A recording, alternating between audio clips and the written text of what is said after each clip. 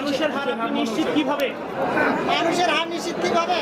এটা হলো যেহেতু এখানে গ্রাম অঞ্চল না, যেখানে গরু জবাই করে এখানে হার ফেলাইতেছে।